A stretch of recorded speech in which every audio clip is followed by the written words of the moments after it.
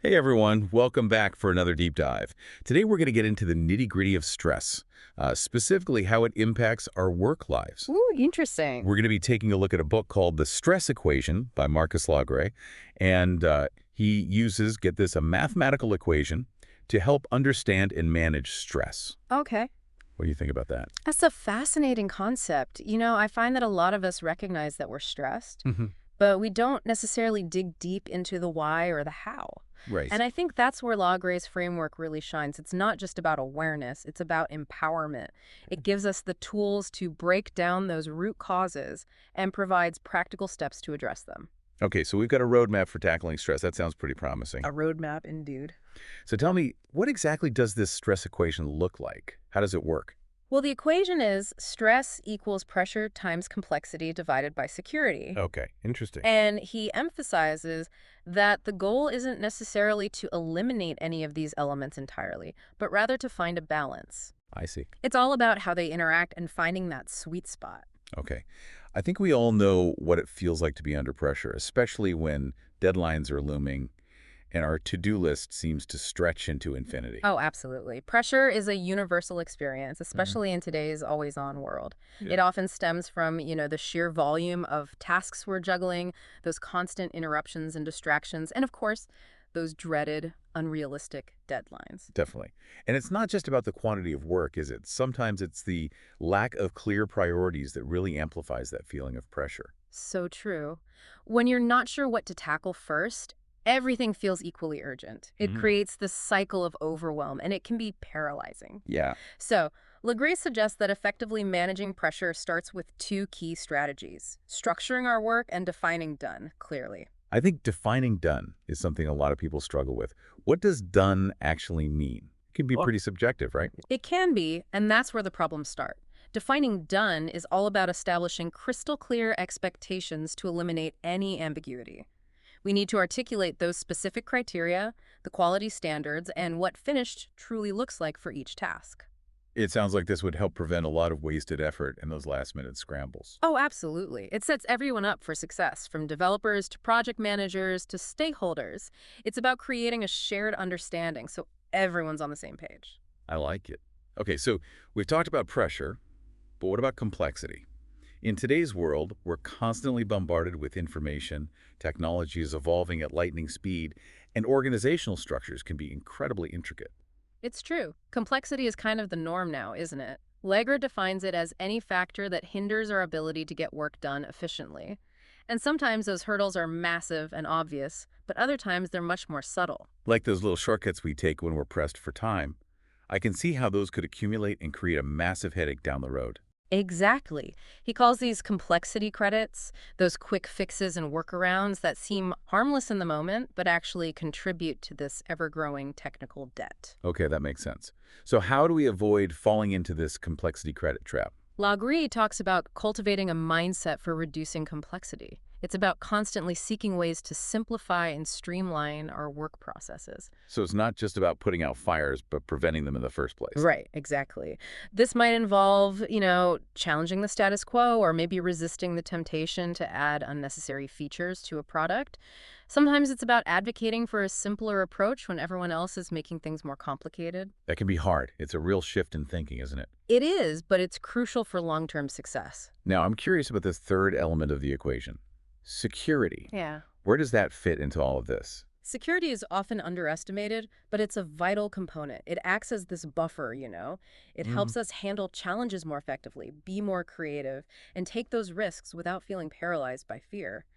Think about it. When you feel safe, trusted, and supported in your work environment, you're automatically more resilient and resourceful. It makes sense. That feeling of belonging and knowing you have a strong support system can make all the difference in how you perceive and manage stress. Absolutely.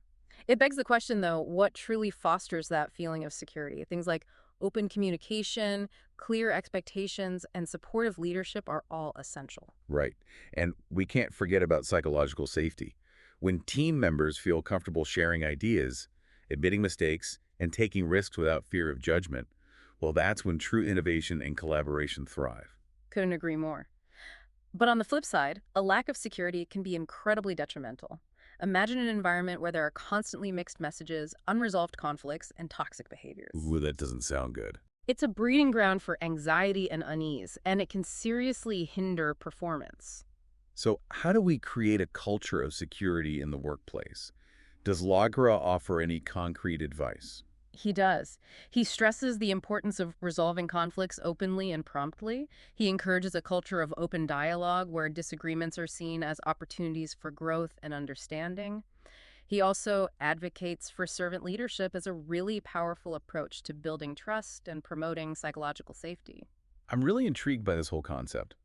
But before we dive deeper into each element of the equation, I'd love to hear about a real-world example. Lagre presents a case study in the book about a software development team called Team Cumulus.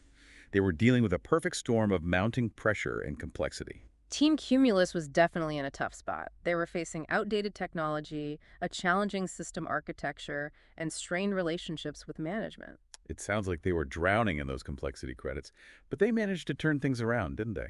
They did. They really embarked on a remarkable transformation, focusing on improving their process and their team culture. So they realized that addressing the human element was just as important as tackling the technical challenges. Exactly. What specific steps did they take? Well, one of the key things they did was implement a collaborative process called EvoDiscoDev to help them manage their portfolio and backlog more effectively. EvoDiscoDev. Yeah, this process prioritized clear communication, shared responsibility, and a more unified approach to development. And it worked. The results were impressive. They experienced increased productivity, a smoother workflow, and most importantly, a renewed sense of purpose and motivation within the team. Wow, that's really encouraging.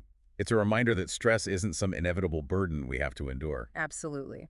By proactively addressing those three elements, pressure, complexity, and security, we can truly transform our work experiences. Their journey is pretty inspiring. I think we've laid a good foundation for understanding this whole stress equation concept. I'm excited to explore each variable in more detail, starting with pressure. How can we effectively manage deadlines, prioritize tasks without feeling overwhelmed, and cultivate a sense of structure that brings a much-needed sense of calm to the workday? Well, there are definitely some practical strategies that Lager outlines that we can discuss. We'll unpack his insights on time management, prioritization techniques, and building that crucial sense of control. All right, let's see it. All right, so let's dig into some practical tactics for managing that pressure in our everyday work lives. I'm all ears. I Yeah. think we can all relate to feeling the squeeze, especially in today's fast-paced world. Where should we start? Well, I think a good place to begin is by understanding the source of that pressure. Often it's not just about having too much to do, but rather how those tasks are structured, prioritized, and communicated. That makes sense.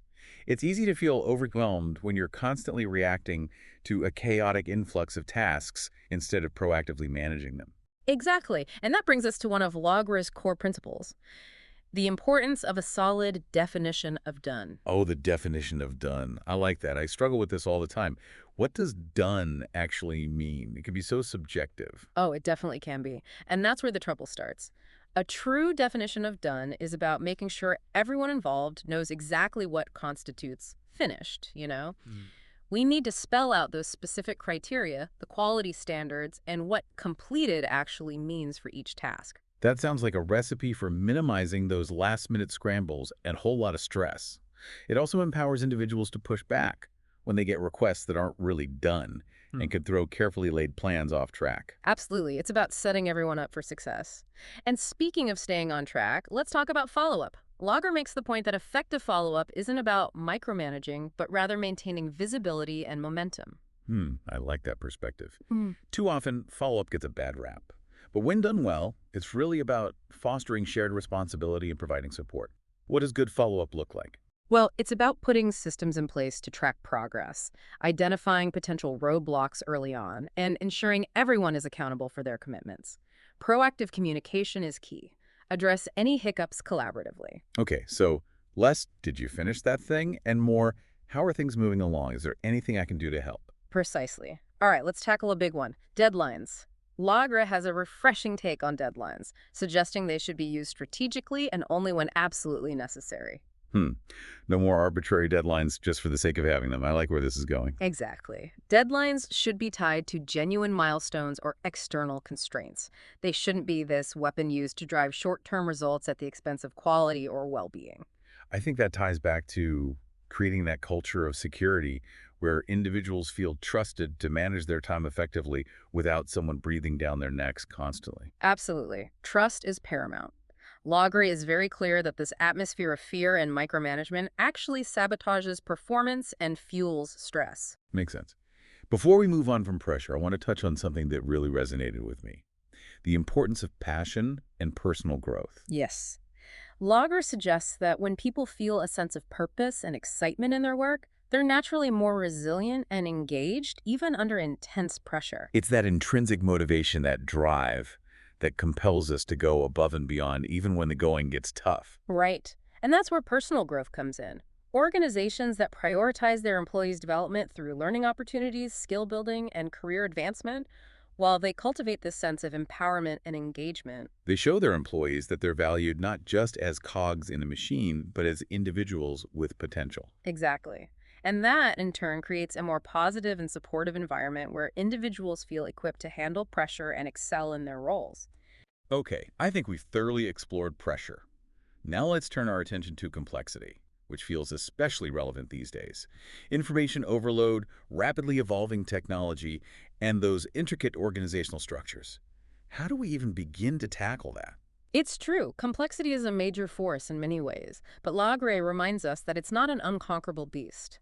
With the right mindset and strategies, we can not only manage, but even reduce it. I'm ready to slay this complexity dragon. Where do we start? Well, Lagre introduces this concept he calls complexity credits. These are those seemingly small, insignificant decisions we make that subtly increase the complexity of our systems, products, or processes. Oh, right, those quick fixes and workarounds that seem like time savers at first, but inevitably snowball into a mountain of technical debt. Precisely. And this debt can manifest in so many ways, from messy code to convoluted system architectures to overly complicated organizational structures. Death by a thousand paper cuts, right? Mm. I can see how those seemingly minor decisions can accumulate over time, leaving us with this tangled mess. And the worst part is, these complexity credits often fly under the radar until we're suddenly facing a full-blown crisis. So how can we avoid this complexity trap in the first place? Prevention is better than cure, as they say.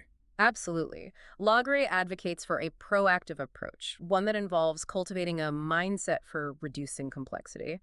It's about consistently questioning assumptions, seeking simplification, and considering the long-term implications of our choices. So it's about resisting the urge to add more layers, processes, or features when what's really needed is to streamline and clarify. Right. It might mean challenging conventions, pushing back against unnecessary additions, or advocating for a simpler approach even when it feels counterintuitive. It's a good reminder that sometimes less is more really is the way to go. Mhm. Now, I'm curious about this concept of system inertia that Lagre mentions.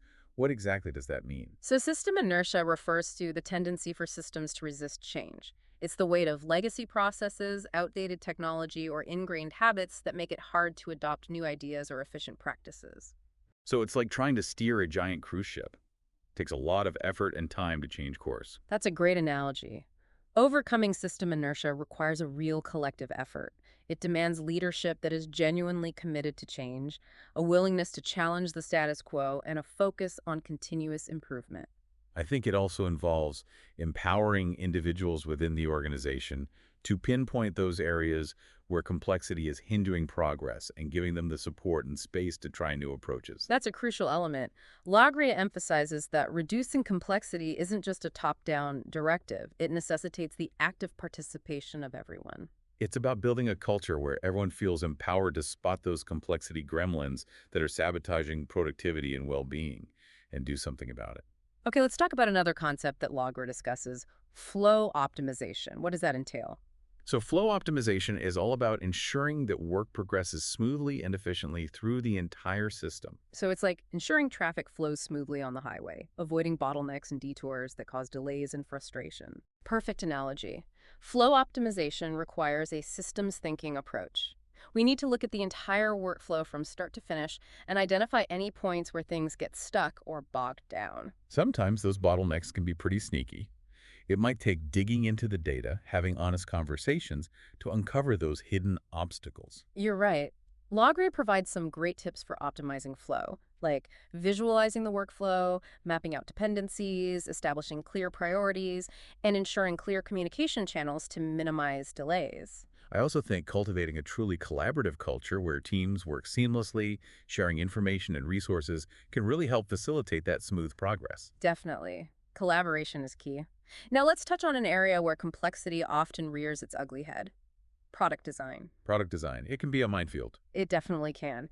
Lagre argues that poorly designed products are a major source of complexity for both the people who create them and the users who interact with them. We've all encountered those convoluted user interfaces that make you want to scream, or those systems that seem designed by a committee of Rube Goldberg enthusiasts. Exactly.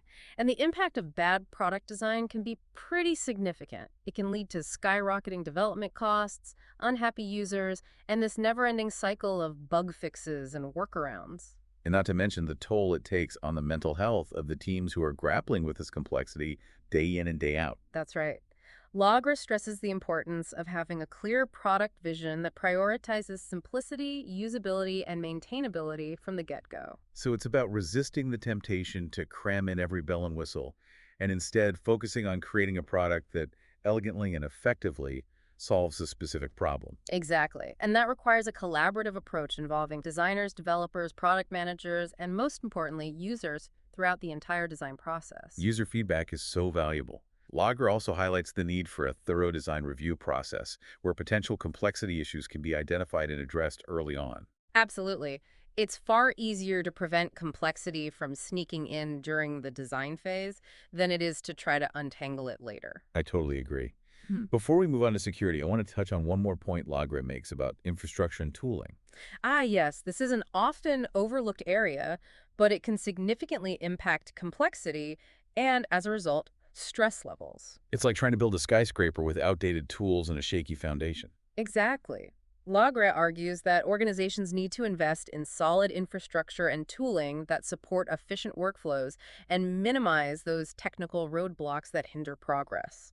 So that could be things like fast and reliable servers, up-to-date software, streamlined development environments, and intuitive collaboration tools. Yes, all of that. But it's not just about the technology itself. It's about making sure teams have the proper training and resources to use those tools effectively. It's about creating an environment where technology empowers people rather than hinders their productivity and creativity. Exactly. And I think this ties back to fostering that culture of security where people feel supported and equipped to do their best work. Okay, I think we've covered complexity pretty thoroughly. Now let's move on to that crucial but often elusive variable, security.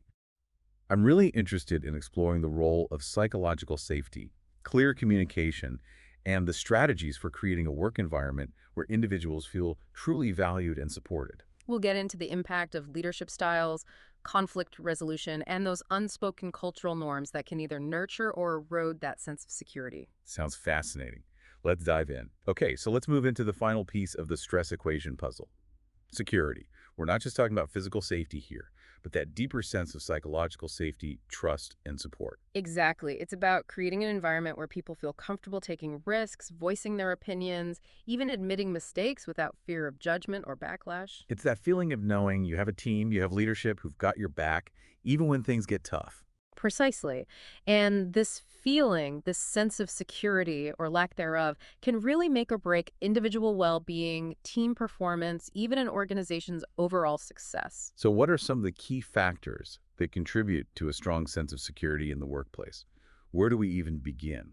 I think one of the most fundamental things is clear, consistent communication.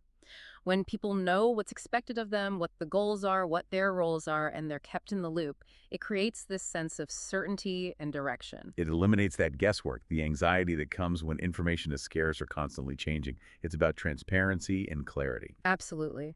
And it empowers individuals to make informed decisions, take ownership of their work, and contribute more effectively to shared goals. Another critical piece is supportive leadership. Lagra really emphasizes the importance of leaders who genuinely prioritize their team's well-being, who build trust, and who create a safe space for open and honest dialogue. It goes beyond just being nice. It's about actively listening, providing constructive feedback, acknowledging accomplishments, and showing empathy. It's about leading by example and nurturing a culture where everyone feels valued, respected, and supported. All right, let's get into something that often makes people squirm a bit. Conflict. Ah, yes, conflict. It's inevitable in any workplace, but it's how we handle it that determines whether it becomes a source of stress or an opportunity for growth and understanding. I'm curious about this. Logger talks about hot and cold conflicts, right? That's right. Hot conflicts are those explosive, emotionally charged situations where tempers run high, disagreements escalate quickly. The ones where everyone runs for cover. While cold conflicts, they're more subtle. They're characterized by things like passive aggression, avoidance, unspoken resentment. Oh yeah, the silent treatment, the eye rolls, the whispers behind closed doors. They can be just as damaging, if not more so, in the long run. Exactly. And what often gets overlooked is that unresolved conflicts, whether hot or cold, create this undercurrent of tension, this anxiety that really permeates the entire work environment. Like that elephant in the room that everyone pretends isn't there, but it's weighing on everybody's minds. Exactly. So Lagre really stresses the importance of addressing conflicts directly, constructively, fostering this culture where disagreements are seen as opportunities for open discussion and collaborative problem solving. It takes a level of maturity from both individuals and the organization as a whole. For sure. It's about providing that safe space where people feel comfortable expressing themselves, actively listening to others, and working together to find solutions that work for everybody. Let's talk about something that's been getting a lot of attention lately. Toxicity. Toxicity is a tricky one because it can manifest in so many different ways, making it hard to pin down. It can be anything from subtle microaggressions to outright bullying and harassment. And it can stem from individuals, from team dynamics, or even from the organizational culture itself. It's like a chameleon blending into its surroundings. Yeah. And Lagre is very clear that unchecked toxicity creates an environment of fear, distrust, and anxiety. It undermines psychological safety, which ultimately hurts performance. It's like this corrosive element that can seep into every corner of the workplace, impacting morale, productivity, even people's physical well-being. Absolutely. Addressing toxicity requires a multi-pronged approach. It involves putting clear policies in place for reporting and addressing inappropriate behavior. Zero tolerance is key here, right? Yeah. There's no room for compromise when it comes to creating a safe and respectful workplace for everybody. Right. It also involves cultivating a culture of respect, empathy, and accountability, where individuals feel empowered to speak up when they see something that's not okay. This requires leadership that sets the tone from the top, enforces boundaries, and supports those who have the courage to speak out. Leaders play such a crucial role in shaping this culture. They absolutely do. And creating this secure environment, it's not a one-time fix. It's an ongoing process that requires vigilance, commitment, a willingness to have those tough conversations, and to keep working at it. So before we wrap up this deep dive into the stress equation, I want to touch on something Lagre mentions about servant leadership. Oh, yes, servant leadership. This really dovetails beautifully with creating a secure and thriving work environment. What is it about this leadership style that makes it so effective in cultivating a sense of security? Well, servant leaders put the needs and well-being of their team members front and center. Their focus is on empowering people to grow, flourish, and contribute their best work. It's not about wielding power or control. It's about fostering a shared sense of purpose and creating an environment where everyone feels valued and supported. Exactly. Servant leaders are great listeners. They empathize. They seek to understand their team members' perspectives. They build trust through genuine connection, they encourage collaboration, and they create a true haven of psychological safety. And they recognize that their primary role is to serve their team by removing obstacles, providing guidance, and celebrating successes. It's a really refreshing and inspiring approach to leadership, one that aligns perfectly with the principles of the stress equation. So as we wrap up our exploration of the stress equation, I want to leave you with a question. Hit us with it. If you could change one thing in your work environment to reduce stress and boost performance, what would it be? That's a powerful question, one that encourages all of us to take a look around, identify areas where we can make a difference, and start those important conversations. Remember, creating a healthy and thriving work environment is a collaborative effort. It requires awareness, dedication, and a willingness to challenge the way things have always been done. And to our listeners, we encourage you to check out The Stress Equation by Marcus Lagre. It's full of insights and practical guidance that can help you navigate the complexities of modern work life and make your experience more fulfilling and productive. And don't forget, you're not in this alone. We're all on this journey together, striving to create workplaces where we can not just survive, but truly thrive. Thank you so much for joining us on this deep dive into the stress equation. We hope you found it insightful and maybe even a little bit inspiring. Until next time, stay curious, stay engaged, and keep diving deep. Here's a quick 10-point summary of what we covered today. 1. The stress equation. Stress, pressure x complexity security. 2. Pressure comes from workload, urgency, and unclear priorities. Combat it with structure, clear done criteria, and proactive follow-up. 3. Complexity is about those obstacles and shortcuts that accumulate over time. Address it by simplifying systems, optimizing your workflow, and always challenging unnecessary complexity. 4. Security provides a buffer against stress, allowing for greater resilience and innovation. Cultivate it through open communication, supportive leadership, and psychological safety. 5. Address conflicts constructively, viewing disagreements as opportunities for growth. 6. Tackle toxicity head-on by establishing clear policies, fostering a culture of respect, and empowering individuals to speak up. 7. Embrace servant leadership. Prioritize the well-being and growth of your team.